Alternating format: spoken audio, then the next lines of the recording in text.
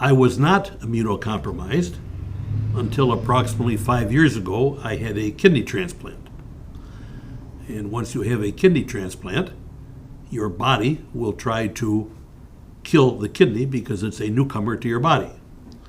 So to stop that from happening, I am on a routine of drugs that make me immunocompromised. It's not a pleasant experience being on the drugs, but it's much better than the alternative. I have to be very careful with things I do, people I am with, my surroundings, and I have to be very conscious and concerned about what could cause me potentially to become ill.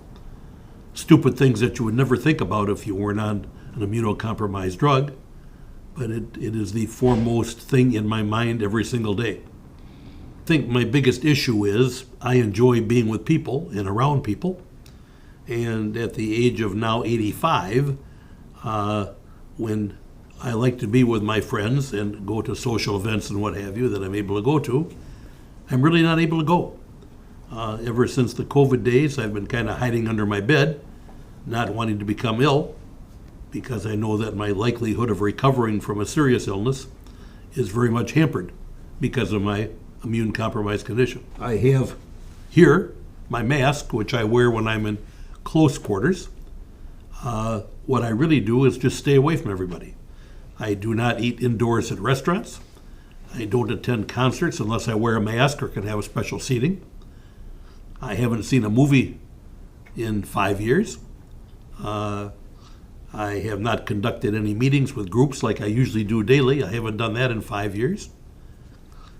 I used to fly weekly around the world. I haven't been on an airplane in 5 years, unless I fly private, and that's expensive and very, very limiting. I've learned to use Zoom, which in my age is just an accomplishment unto itself, but I find out I don't have to have my butt in person at every single meeting and every place I go, so I've learned to communicate with people without being in their presence. But it has totally put a damper. My girlfriend of 5 years is very unhappy because we can't go and do things that she would like to do, and I understand that. So I think if you have somebody significant in your life, they have to be compassionate and understanding towards your condition and have to be supportive. I'm fortunate to have that. I'm fortunate to have family who understand my condition and who, contrary to my wanting to give somebody a hug and a kiss, which is my natural just way of being around people, they always stop me and put a barricade between myself and the person I'm with. And I'm just constantly on guard. And it has affected my normal lifestyle, again, over the past 5 years since I've been voluntarily on these immunocompromising drugs. I have to be positive, and I'm generally a positive person, but it does take its toll. Sometimes the smile and the happiness is total BS. It's not really my total heartfelt feeling. It does get very, very frustrating. And to say no and to turn down a lot of things that I would normally like to attend is difficult. My advice would be, I guess, take it seriously. It's not a joke, and you don't know when and how you're going to get a bug from something or somebody. It happens when you least expect it, and you just have to be on guard every single day. It's when you let your guard down, which I did at one particular time at a family event, and I caught COVID some 2 years ago from a family member who didn't know they were infected. So you just have to be very, very careful. I think it's a terrific thing because the average person has heard the word immune compromised. They have no idea what it means. They have no idea that they themselves could cause a problem to somebody who is immunocompromised. Not that they would ever want to do that in any way. You just don't know. You're generally, as was I, until I became immunocompromised, you're ignorant. And you know about it, but not enough to give it a second thought.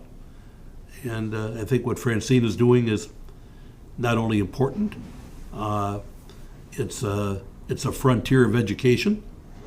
And I think to protect people like myself that are in this position from being unduly exposed and unnecessarily exposed, I think it's an educational process. And I think this could be one of the very important pillars of the organization that she's starting. my journey every day is I live by the credo that every day is a blessing, and I believe it is. And every day I'm thankful that I'm here. And when my time comes and I'm counted out, which comes to all of us, I would hope it is not because of an immunocompromised situation, but I hope that I finally pass away at the ripe old age of 175, and it is not because anything that has gotten into my body because one of my friends gave me a hug or a kiss. And I think this organization might just help spread that awareness. And I applaud Francine and thank her and everybody involved in the organization for helping people like myself understand maybe that this is a serious thing, and for putting up some kind of a little warning to people that I come in contact with that I'm perhaps a little more fragile than the normal person that they're meeting with.